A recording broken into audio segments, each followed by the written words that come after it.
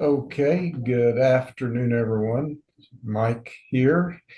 Um, Looks like I hope we have a quorum, and so we'll officially call this meeting to order. And if you could rise and repeat the Pledge of Allegiance.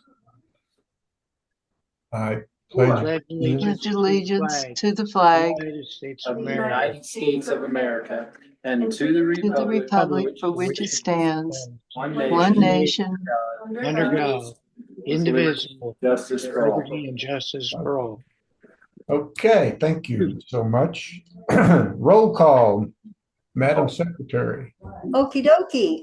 Roll call. Mike Overby. Here. Martha's here. Dave. Hartson's here. Yay. Don Clark. Here. Scott Schaefer. Vicki Here. Lannon. here, Wait. Scott, are you here? No. No, Okay. Scott's not here. Oh, I thought you said Jason. I'm sorry. No. Vicki Lannon. here, Mark Manley. And Ray Honey. I'm sitting at the front of the room. Well, why don't you just get up to, oh, I see you. Okay. Fantastic. I gotta- We have a quorum. We have 6 in attendance. Outstanding. So the only Mark Manley is not here, or is he? Mark and Scott are not here. Okay, got it. Okey doke. So everyone has the agenda. Could I have a motion to accept agenda or modification? I make a motion to accept the agenda. I'll second. All in favor? Aye. Aye, so we've got an agenda. Approval of minutes of the March 4th meeting. That was sent out earlier. Do I have a motion that we accept or modify that? I make a motion to accept the March 4th meeting All minutes. in favor? Aye. Okay, all in favor? Aye, so we've got I'm sorry, I did not catch who seconded that. who seconded? I will. Thank you, Dave. And then all in favor? Aye. Aye. Aye. Aye. Okay. Agenda approval. Okay, so we got old business. So, who do we have from the fire department there? I can't see everyone's face. You have the fire chief and Captain Romo. Okay.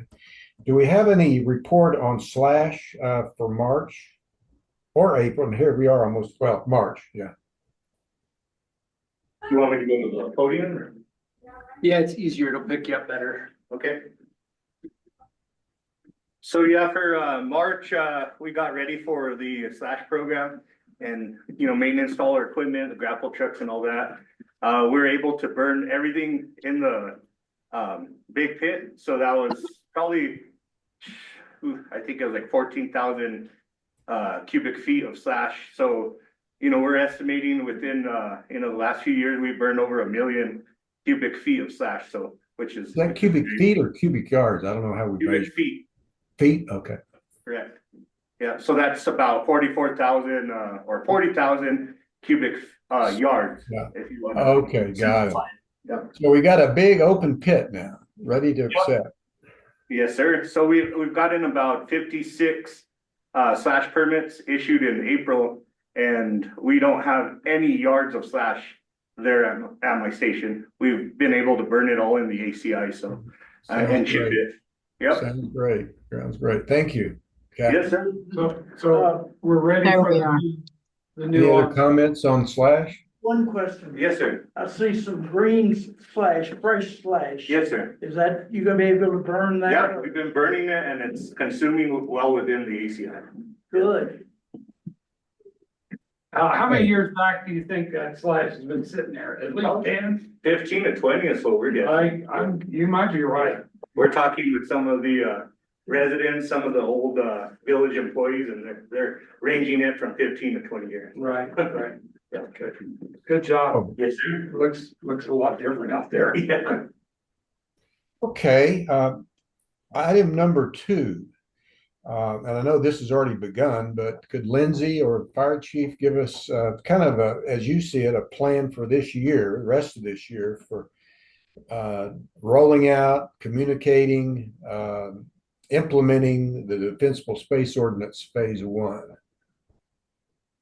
Yeah, I'd be happy to give a report. Lindsay Reed called up sick today and she was planning on giving this portion of the presentation.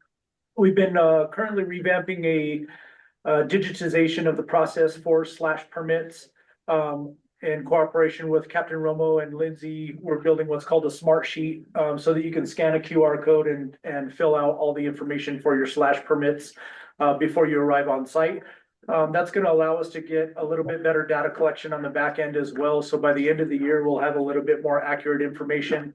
I felt it was important for us to do better data collection than what we had done previously, which was all done manual by estimation. To let us know and get a good gauge by the end of the year of the amount of slash intake that we actually are having per year, and breaking it down, hopefully even furthermore into days or dates of the week or time periods where we can staff accordingly for future states.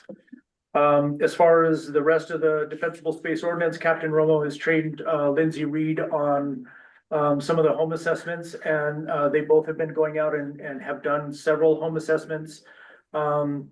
Most of the conversations are leading in somewhat one way or another going back to thinning of lots in between homes, which we understand is part of phase 2, and we haven't got there yet. And I think people are eager to see what that kind of language looks like. But of course, this committee hasn't taken that on in full quite yet. Probably missing something, but any questions so far? Is there, anything going forward, certainly as we move into the season and people start infiltrating back, to either have more town halls, to send out email blasts, text blasts with the Defensible Space Ordinance and the guidelines or whatever? I can't speak to Lindsay's plan directly, but I can say that she's had a pretty comprehensive plan for everything that she's been doing. I don't know if you follow the Facebook posts and so forth. She's been doing a great job at putting multiple posts, more posts than I've ever seen from the fire department actually to this point. She also has just gained control of our website. We're having to learn the back end process of the software that controls that. It's called Civic Plus. It's a little bit cumbersome to control, but she's going to be able to do current updates on our website. We expect at least on a weekly basis. As far as the DSO specifically, I believe it is already attached to the main page. You can probably pull it up if you're sitting in front of a computer and see that the Defensible Space Ordinance is accessible from the main page fire department. Chief, they may not have got this yet, but this went out with the latest water bill. And that's stirring a lot of conversation in town. So with the latest water bill, there's this document, the Village Voice. This is put out by our tourism department, introducing Miss Lindsay Reed, some of the background, etc. It's a front and back document, and that's here local. So I believe people who are local and in town are getting quite a bit more of that communication than maybe you may be seeing online. Mm-hmm. One of the things, and maybe if Lindsay's not here, we can't speak to it, but I know in the earlier discussions, there was a database from the water department of all of the owners, that get a bill, certainly. And with whatever contact information the village had on them, email address, telephone number. And we had talked about sending out a large email blast as an example. If he's talked about any of that yet? I've heard bits and pieces of that conversation. I don't know if there is a shareable list of all email contacts within the village database or not. I don't know where that conversation is going. We can't share email legally, but we can. If you give us something to send, we can send it to everybody for you. Yeah, that's what we had talked about. Is there was a list that we got from the water department, and Lindsay has it. It's an Excel database. So there are programs, you can use Constant Contact or others to send out mass emails. And that's kind of what we had envisioned, you know. Yeah, I don't know if she saw social media posts as being a replacement for that or in addition to that, but that'd be a question for Lindsay. I don't know if she's gotten to that. Okay. She should do both. Who gets a water bill? The landowners, Only improved lots. just improved lots.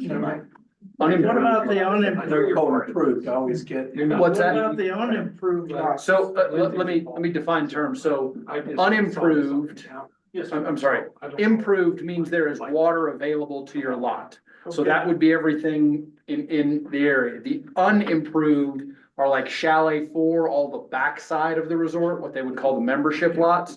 Those lots don't get a bill because there's no roads, no water, anything going to that. Okay, you don't have to have water on your lot. just Correct. Running by your lot. So improved can either then be developed or undeveloped is the next language. So if it's improved, that means you've got water available to your lot. Right. If it's developed, that means you have a structure on your lot. If it's undeveloped, that means nothing has been done to the lot. It's just a bare lot with water access. Okay, So the improved ones are the only ones that get a water bill, whether they're developed or undeveloped.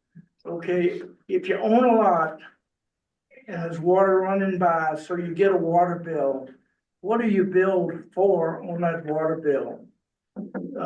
You bill for water availability, sewer availability, if they have it, fire protection fee, Wildland fee.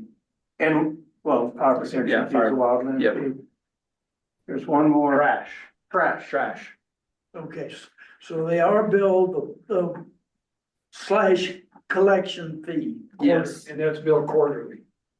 No, If the lot's not developed, hold on, Yeah. if, So if improved, unimproved. if it's not developed, Yeah, if it's developed, it's monthly. right, right. If it's Vacant not lots. developed, it's quarterly, Right. and if it's not improved, it's annually. Oh. Because even the lots that aren't improved pay a fire protection fee. But not a water fee. So Not like water. our church here in town, we are on well and septic, but we still get a water bill. And it has trash and wildland that we pay every month Right. on. So, Another, I'm probably not doing it justice, but Lindsay Reed is also putting out, Wildfire Wednesday. This is another document that's been circulated around town and at Village Hall, hung up at Lowe's and so forth.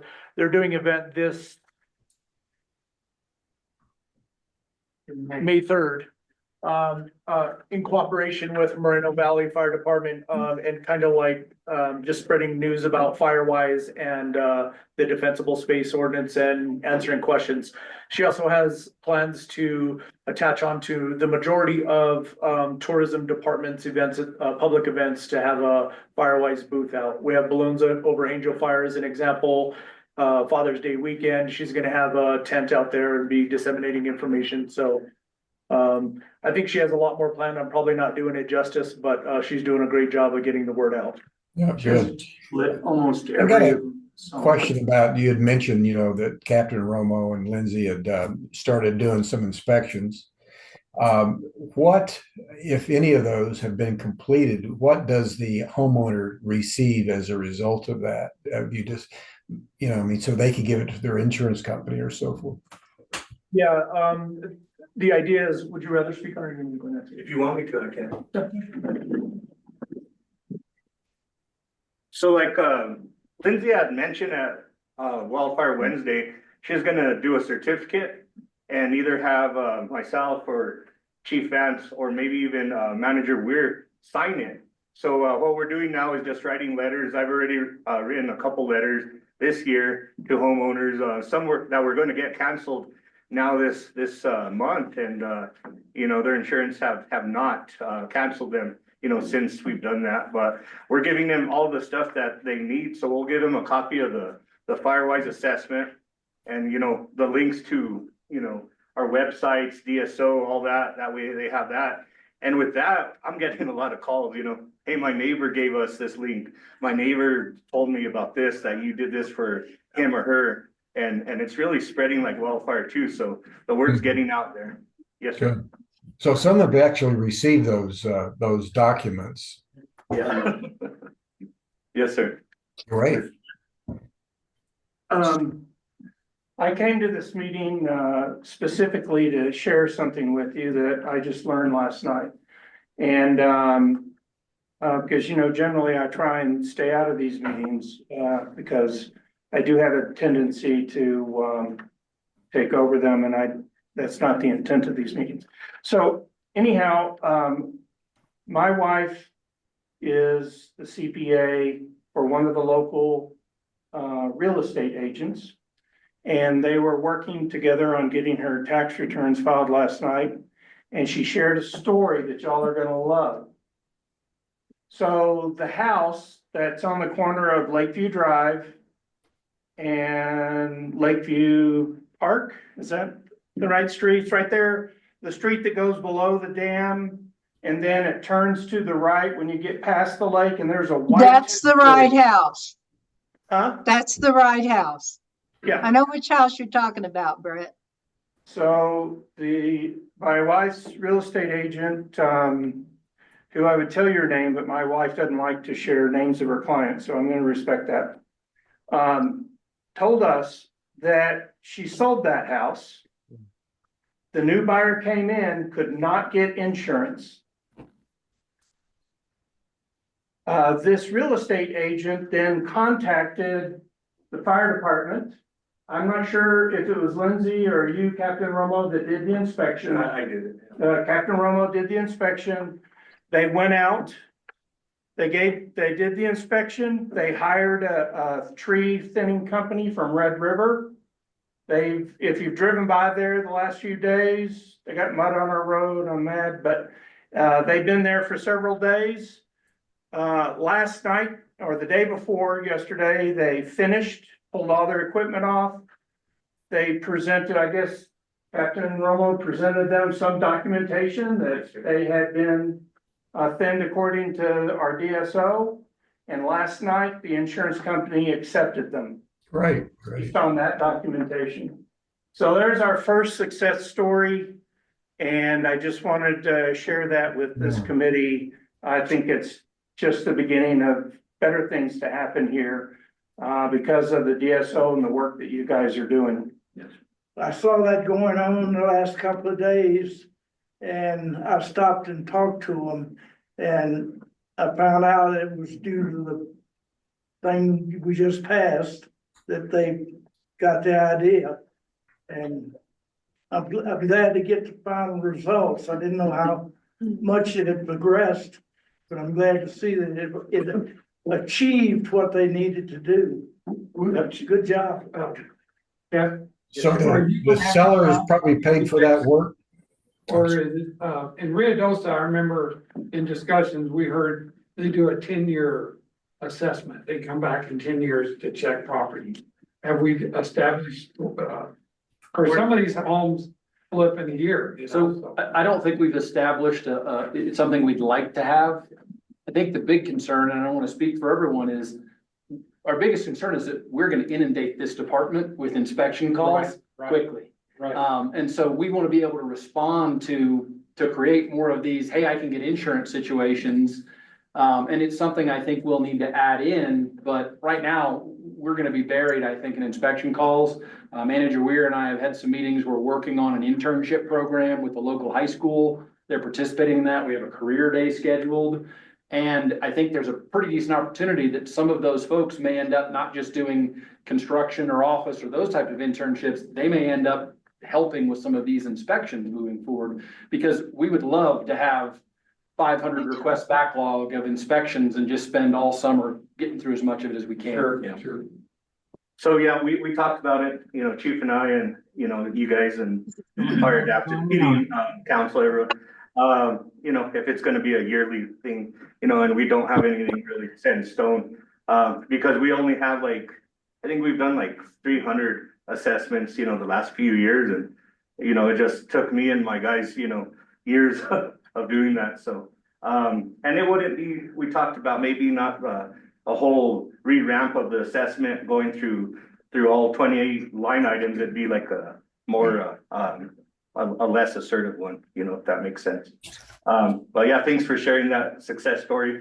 The thing with that, they did that in a week, you know, and, you know, Chief Vance wanted us to go over there and be aggressive. And I told him it'd be like a week or two. He's like, I don't have a week or two, you know, so I went out there and, you know, told them which trees needed to come down, gave them a copy of our DSO. It was pretty much in line with what the insurance company had wanted.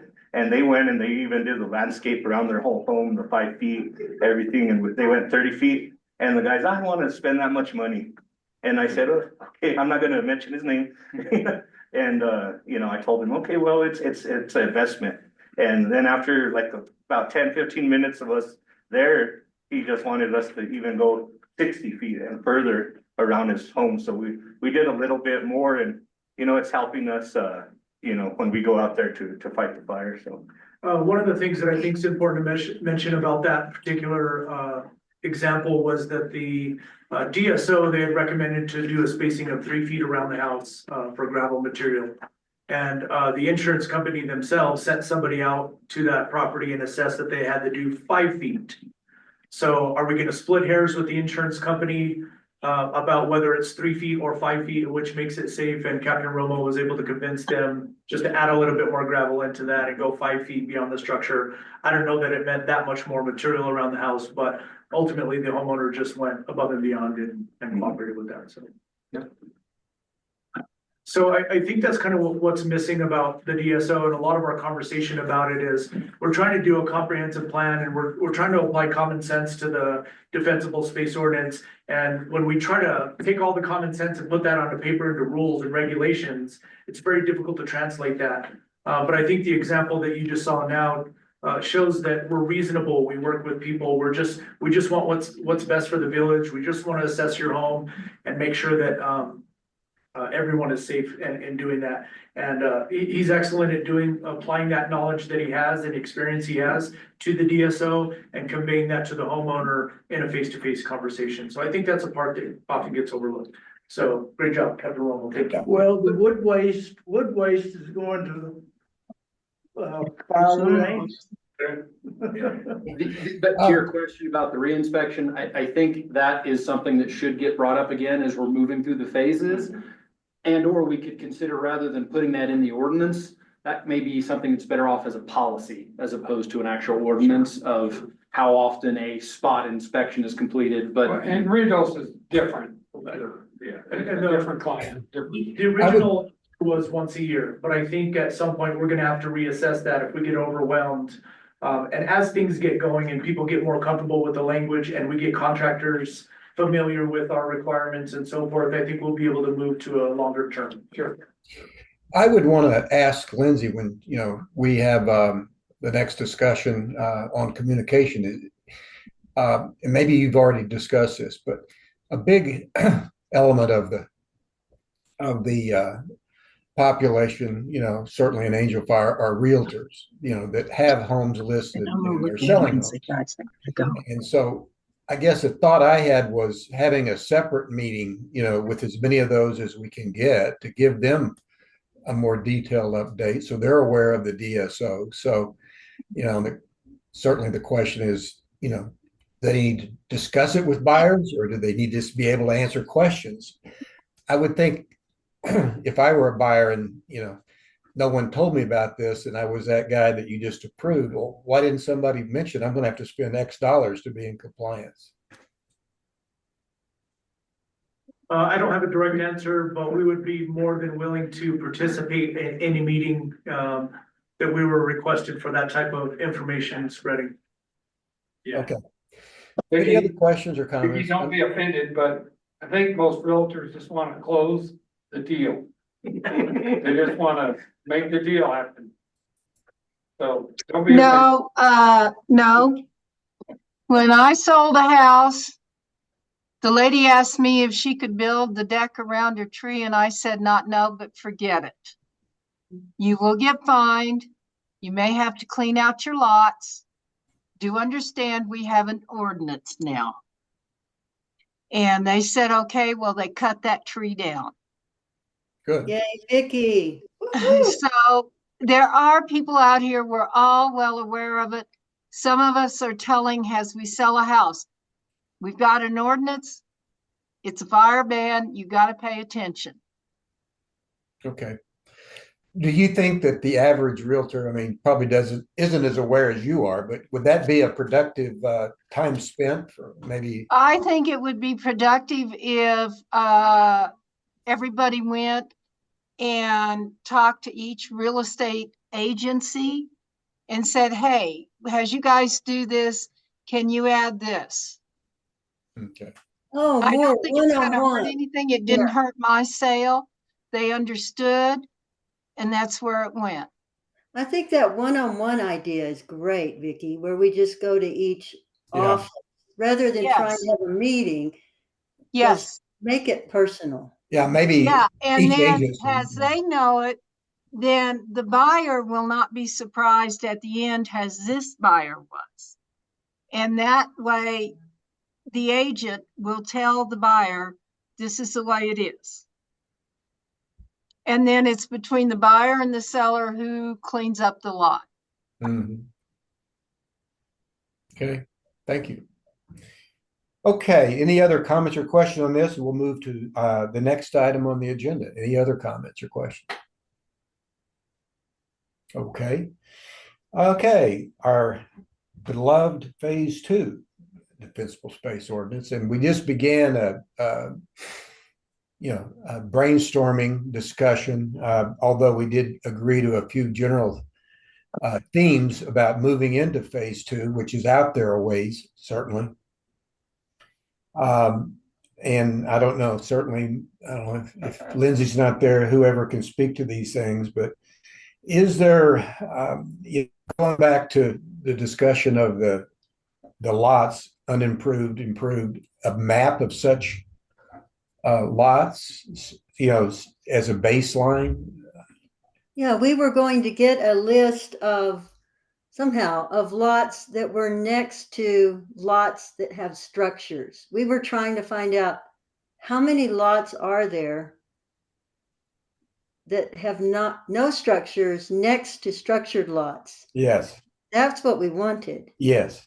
And that's a kind of a question. Does anybody know of such a map? There's one on each side.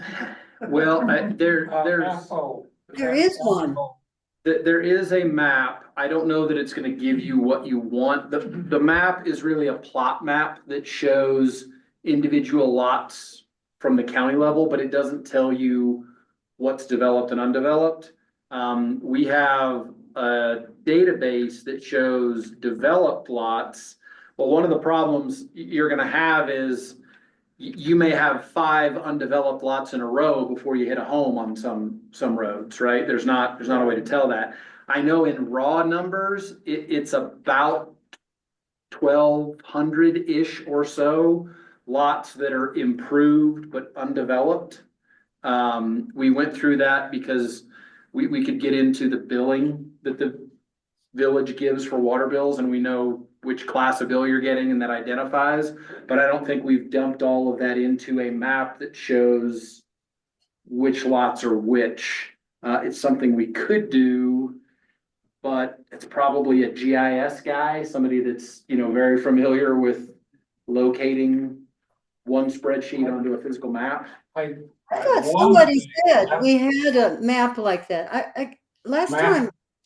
Yeah. We do have. Or maps, I think, and with pins, maybe? It doesn't show the homes. I know the map you're talking about, but it doesn't show which ones are developed or undeveloped. Okay. I know that planning and zoning is also working in cooperation with UNM University, and they have a new map that's coming out. He has access to it. It's still in beta and almost finished, but there's a lot more information that's going to be accessible on that map. But still, it's going to be the same problem. It's going to show all the plotting and zoning. We plan on giving them all of the hydrant information, so we'll know how far everybody is from a hydrant. And there'll be 2 levels of user interface, like an admin type, and then a user public database. Information, but somebody would have to manually go through and identify each of those one by one. If that's, something specific. Or we'd have to figure out a way to upload developed addresses into it. But even then, if those of you that use Google Maps, sometimes it's not perfect up here. Right. So we could get close, but I don't think we could get it all. I don't know that it necessarily changes the path forward. The undeveloped lots are gonna need language specific to their status. And the timing of that is gonna be dependent upon how aggressive our homeowners are with coming in and jumping into the DSO. So if we have large participation and we make it through the material just fine, then we can move on to the next phase sooner. But how soon that is gonna be anyone's guess at this point. Well, I mean, this is, we all know that this is the long-term, efforts, phase two. I guess building a plan to address it, even though we know it'll take a year or more, is sort of where I thought we were headed. And the mapping is an element, if not the first element. And then following, in conjunction with that is, okay, now that you know where those lots are, that you want to protect, the developed lots next to the undeveloped lots. What's the code going to be in what perimeter around those developed lots? So Mike, the problem, we all recognize that no matter how much thinning you do on your property, you're still gonna be very vulnerable by green belts, right of ways that aren't thinned. You're gonna be vulnerable by adjacent lot owners. And the problem is, no matter how much we discuss this, there's no way you can convince a property owner that if they come thin their property to make my property safer, if they will never recover through the sale of their property what it costs in today's world to thin that property. So I wish I could figure out a way. The only way I see forward is grants. That these undeveloped or vacant properties are awarded some type of grants, and we have a department or a subcontractor that gets approval from the property owner to go out and do some thinning. I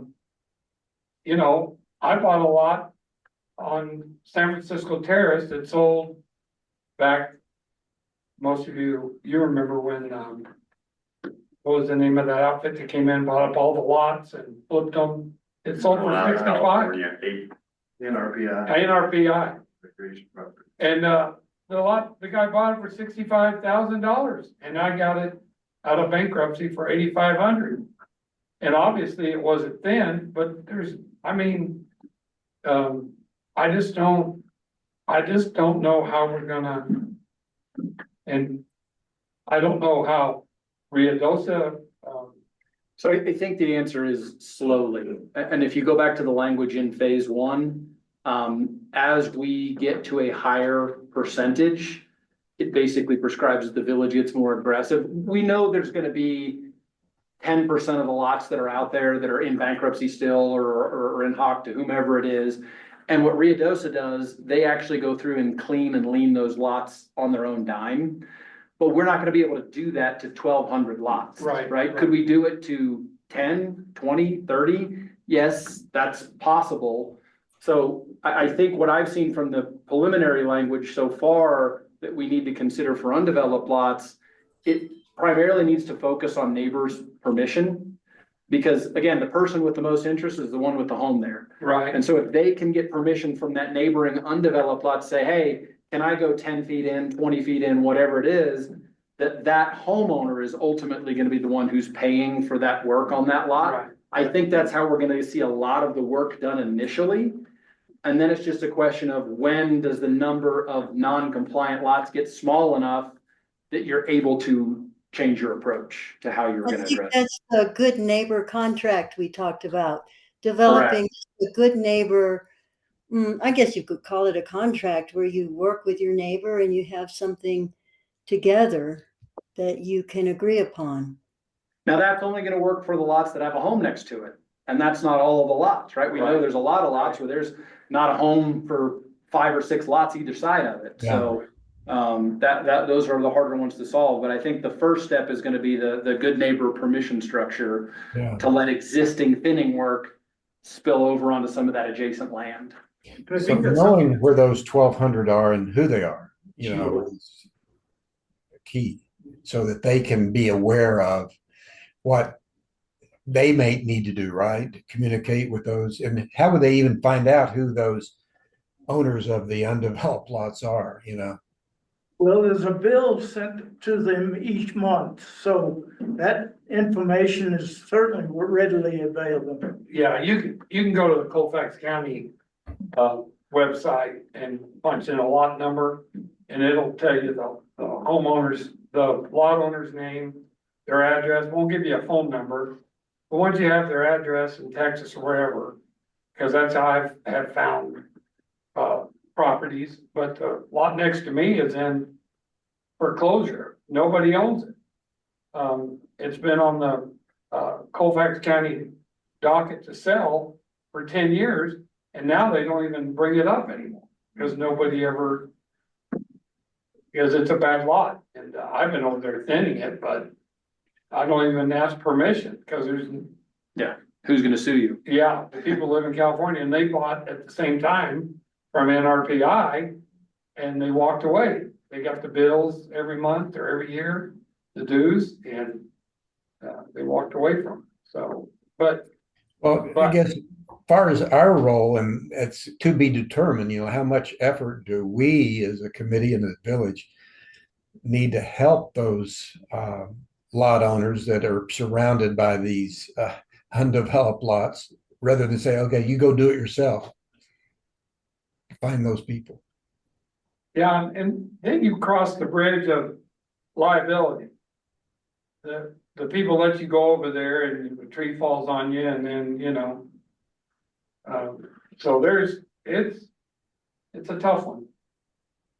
In my opinion, I think, I look at this like triage. You do the most good for the most people. And the good neighbor policy is probably the next step that we can actually do. We can come up with, limited liability release type language that I want to go onto your lot. I'm releasing you of any and all liability. And I need whatever those provisions are. I'm gonna submit a plan to you of what my thinning measures are gonna be on your lot and get your approval and your signing, you sign it before I take action. If that needs to be notarized, then we've done it in front of the notary public and we make this agreement. Now we enter into a contract that I can go onto your lot and sign it. So for the vast majority of people who have lots next to them that are of concern, that provides them a tool in their toolbox to be able to contact their owner. How do they contact the owner? We could try to use planning and zoning here to get, or water department to get information, or use the Colfax County. Like that answers 80% of the people out there maybe that have Right. yeah, lots next to them that need to be thinned. I guess you get the community. Is that something, Chief, that you would be comfortable providing a draft to the committee of? Or? See what I do? Yeah. See what happens when I open my mouth? I know. Well, Well, it was I actually think the open- committee could come up with a guideline that would be attached to this.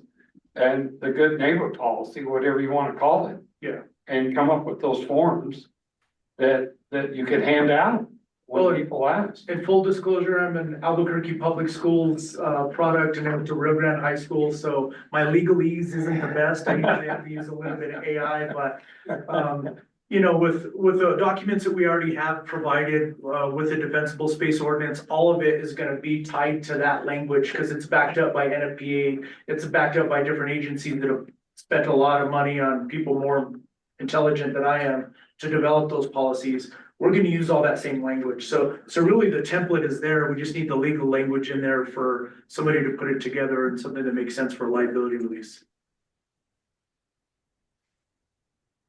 I think we could provide just guidelines as we did with the DSO, just guidelines for what a thin lot would look like.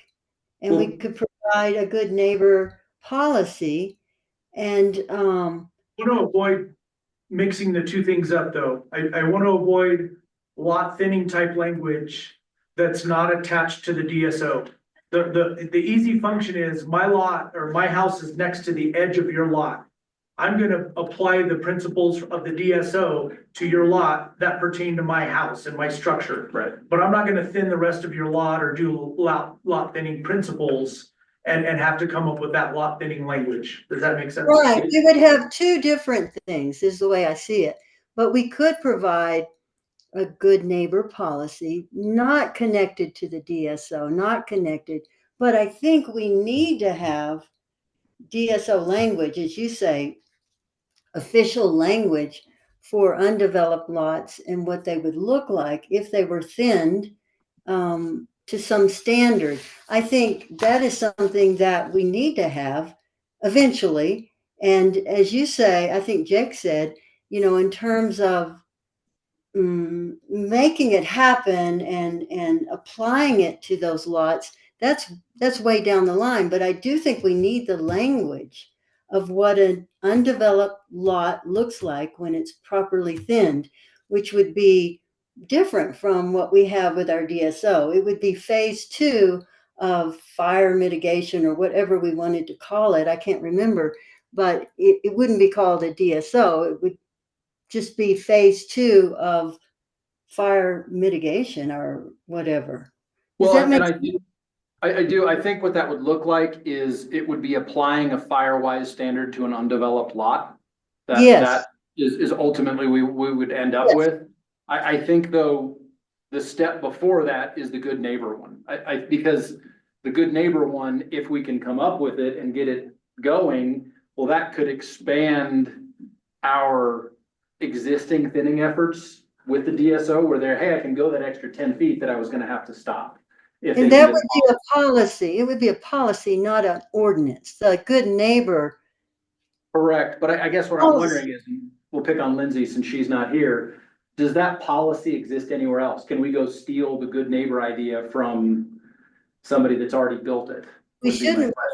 Will if it's out. Rather than all of us trying to pretend to be lawyers or ordinance writers, hey, if Santa Fe or Taos or Roswell, Ruidoso have a good neighbor thinning hold harmless clause that they provide for people. Let's just. I would guess Lindsay has one in her hip pocket to use as an example. Well, let's see if Lindsay can give us a template of what that good neighbor one would look like. And start chewing on that for the next to do before we get to whatever Firewise for undeveloped lots is gonna look like. Because I think that to the point is that's gonna give us the most bang for buck right now is a DSO that really can't complete that last 10 feet. Well, how do we help them round that out? Without getting into the whole rigmarole of what does an undeveloped lot need to look like fully then. Unless you guys have a problem with that, let's take that as the next step, because that wouldn't even really be a phase 2 activity. It would just be giving existing homeowners that are trying to comply with the DSO another tool to fully comply. Phase 1 plus. It's gonna be interesting to see how neighbors work with neighbors. Oh, for sure. Well, Don, part of the problem is some of these lot owners come up once a year and look at their lot. And they're dreaming that someday they're gonna be able to build. And some now we're seeing lots that are passing to the next generation. Kids are coming up, have inherited their parents' lots, and they're dreaming. And they don't come up here with chainsaws and axes and, skid steers ready to jump in there. They just come up, walk the property and. They come up in Priuses and Teslas. Yeah, and so in my cul-de-sac, me and Zach, a neighbor, we agreed to, he owns 3 lots, I own 1, and he approached me and I have the equipment and we were gonna work together, but he's a doctor. And so I think he got in about 4 hours of the maybe 40 that we spent. And so, but then he graciously compensated me for doing most of the work. But that's how that should work. I was capable of doing it. And, we took the slash, the city came and got it, and the property's in better shape now because we communicated and worked together. But he has a structure and I have a structure, and we were basically thinning lots, between us.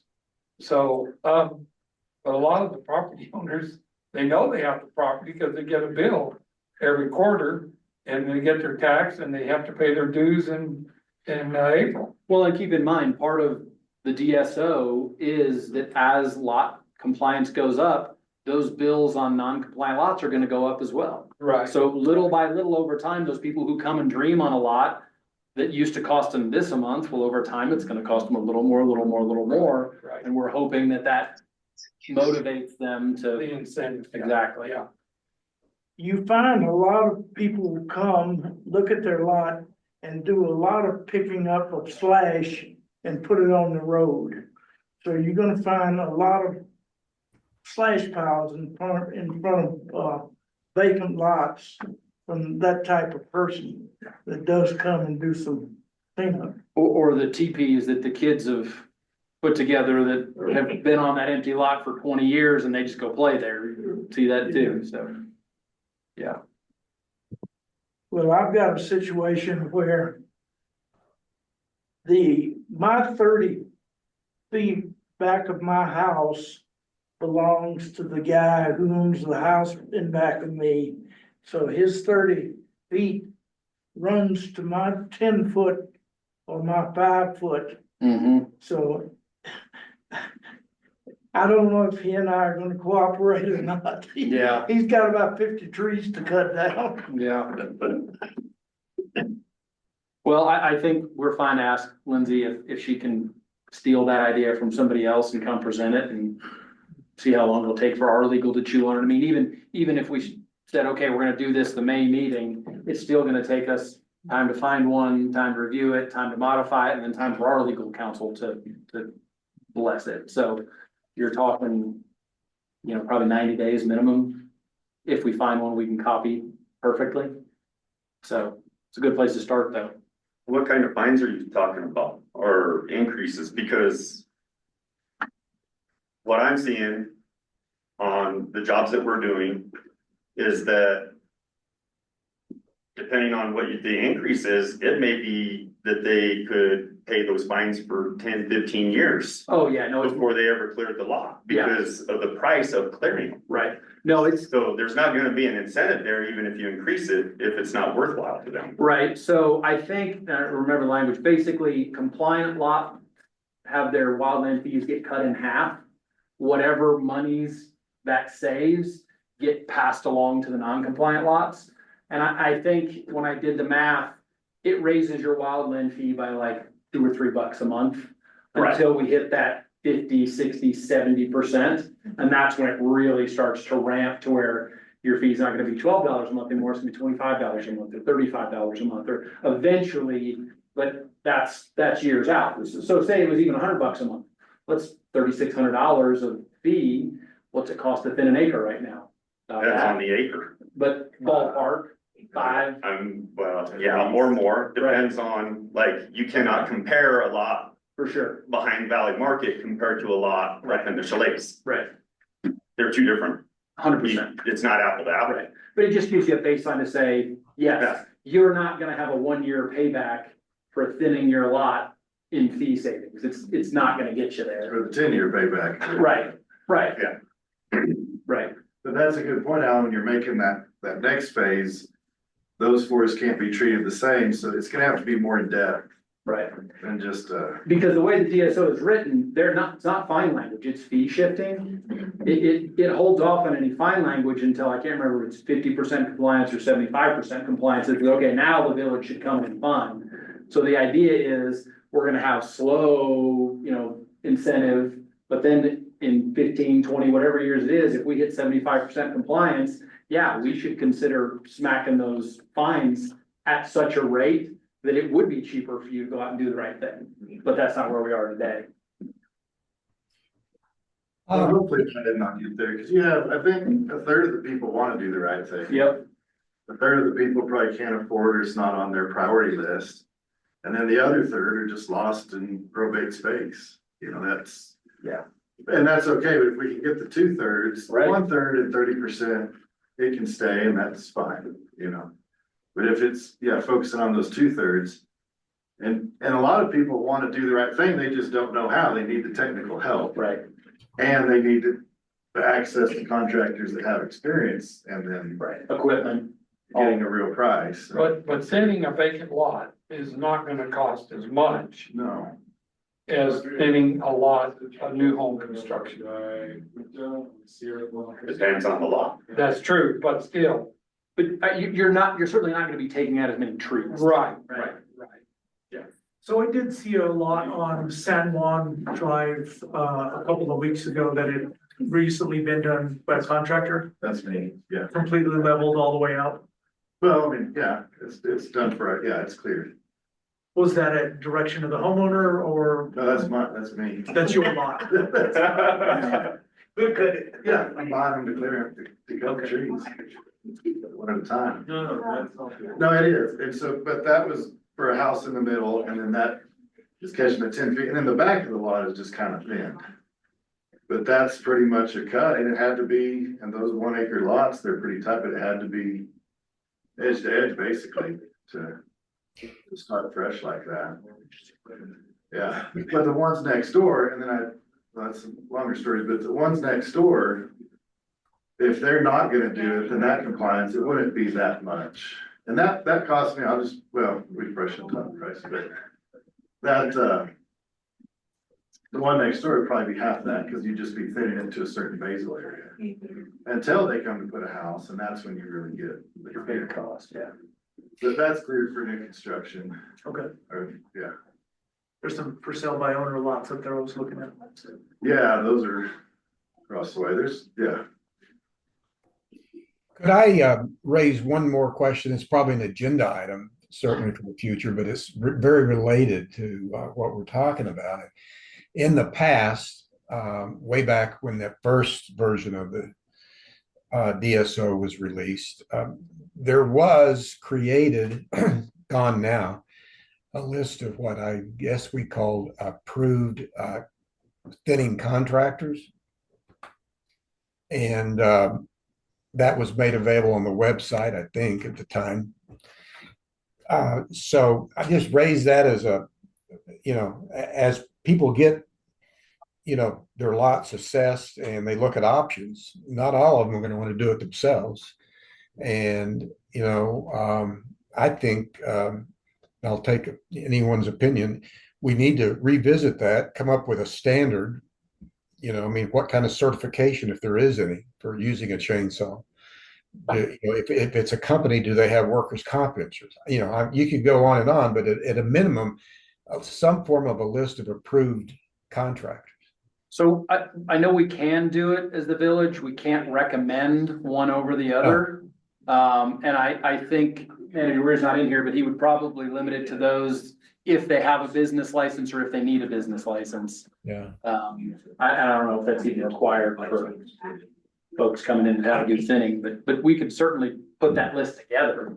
Yeah, I think from the fire department standpoint, we would just want to ensure that they have some comfortability with the DSO and some familiarity with the language. Just kind of, and we'd be open as a resource to bounce things off of or whatever. But I think it would only take 1 or 2 jobs to kind of get a hang of what our expectations are, and they would be just what is written in the DSO. And Manager Weir had expressed, we ran this by him as well, he had expressed that as long as they are registered as a business within Angel Fire, he wouldn't want contractors from outside the area who aren't registered as a business here doing that business. So that was his only stipulation that he had.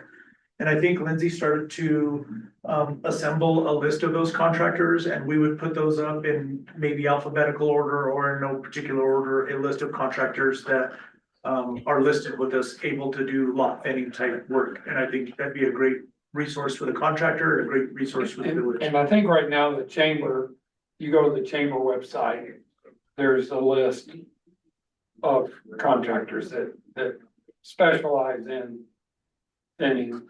And we'd be happy to put that up on our website. as soon as anybody could get us a list of that contractor, but we don't want any influence one way or the other for. Yeah, they don't only look like they're picking favorites. Yeah. Okay, let's make sure we put that on in the minutes for, follow up. I think that's a good idea. Okay, we're at the end of our 55 minutes anyway. Any other discussion? Are we, I know we moved this meeting to 4 o'clock because the chief and Lindsay have a conflict at the 9 o'clock on Tuesday. So are we gonna leave this because it says here, our next meeting is 9 o'clock, May 6th. Maybe that was an old date that didn't get changed. That's my understanding is we've got to do this every meeting at 4 o'clock because of those shift change. It works better for me. Okay. Well, let's keep it May the 6th at 4 o'clock. Madam Secretary, do you have any questions about minutes to clarify before we adjourn? I think I have it. Thank you for asking. Okay. Well, everybody have a good evening and we'll meet again. Good night. Thank